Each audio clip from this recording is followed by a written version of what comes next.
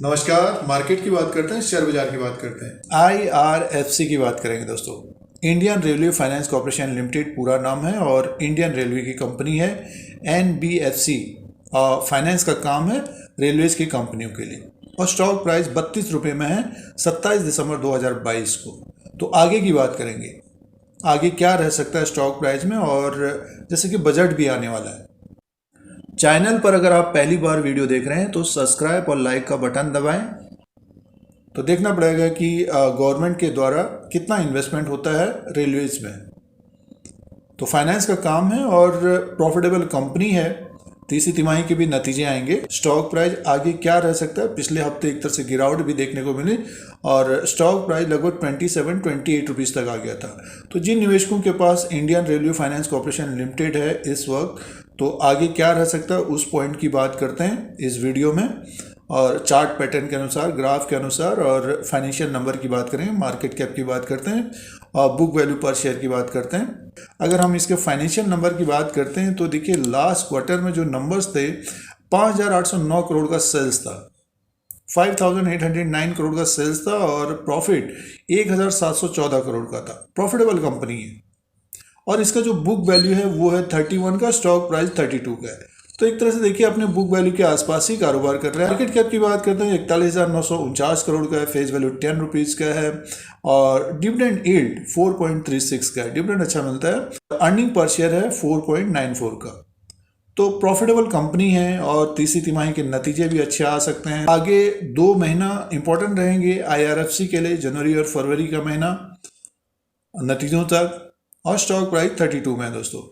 PSU कंपनियों में एक डिसएडवांटेज ये होता है कि पॉलिसी अगर चेंज होती है तो स्टॉक्स में गिरावट देखने को मिलती है दोस्तों। जैसे कि OFS हिस्सेदारी बेचने की कोई खबर आ गई, जैसे कि IRCTC का देखिए जो OFS था, तो उस तरह की खबरें आती तो ये गिरावट बहुत तेज़ी से आती है दोस्तों।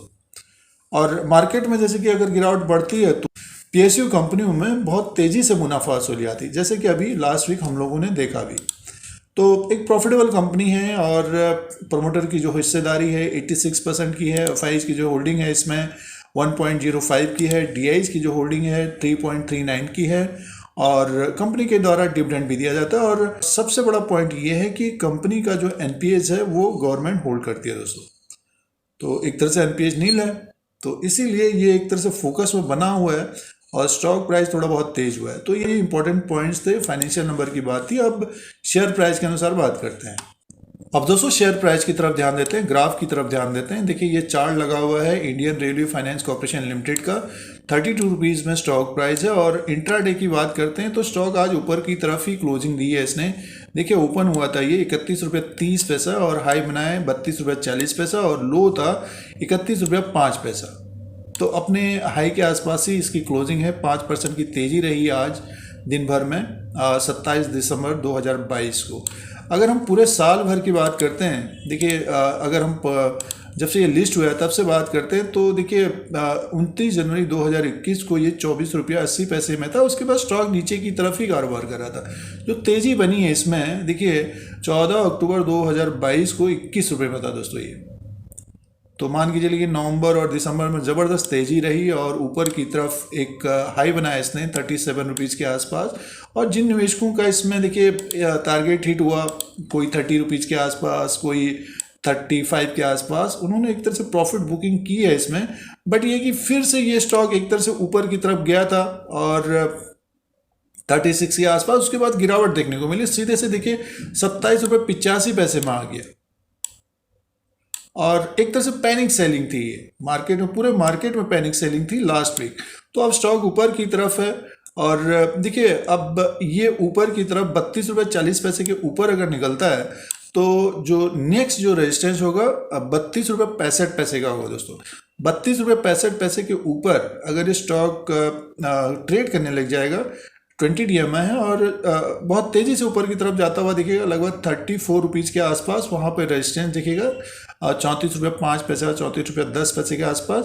अगर उसके ऊपर भी क्लोज होता है तो 36 रुपया 40 पैसे तक जाता हुआ दिखेगा। और अगर मार्केट ऊपर की तरफ निफ्टी 50 18,500 के ऊपर जाएगा तो हो सकता है ये स्टॉक फिर 37 रुपीज़ को भी ब्रेक कर सकता है दोस्तों।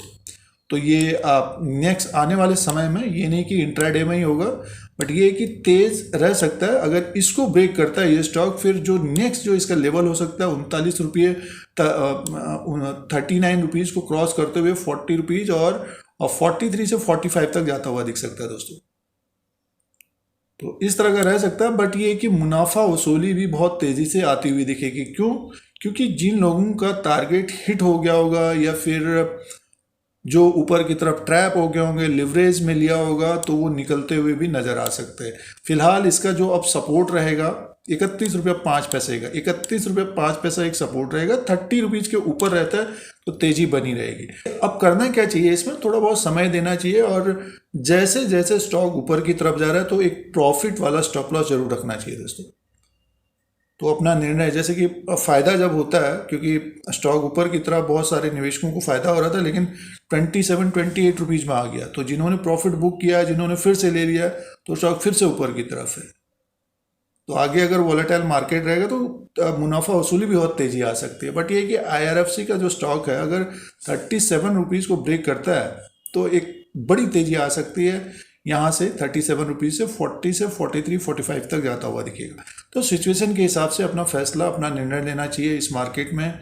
और जब किसी भी स्टॉक में अगर तेज़ी आती है एक महीने के अंदर 30%, 40%, तो उसमें गिरावट की संभावना बनी रहती है दोस्तों। तो एक सीखने का तरीका भी होता है ये हम लोगों को। और ग्राफ के अनुसार आप देख सकते हैं, जैसे कि देखिए स्ट्रेट लाइन थी तो ये बड़ी गिरावट थी। अब जिन निवेशकों ने लिया है तो होल्ड करना चाहिए प्रॉफिट वाले स्टॉप लॉस के साथ। तो ये इंडियन रेलवे फाइनेंस कॉर्पोरेशन का लेटेस्ट अपडेट है। इस तरह के वीडियो देखने के लिए, शेयर बाजार की जानकारी के लिए, स्टॉक मार्केट के अपडेट के लिए धीरज सिंह के स्टॉक्स को सब्सक्राइब करें, लाइक करें, शेयर करें, कमेंट करें। धन्यवाद।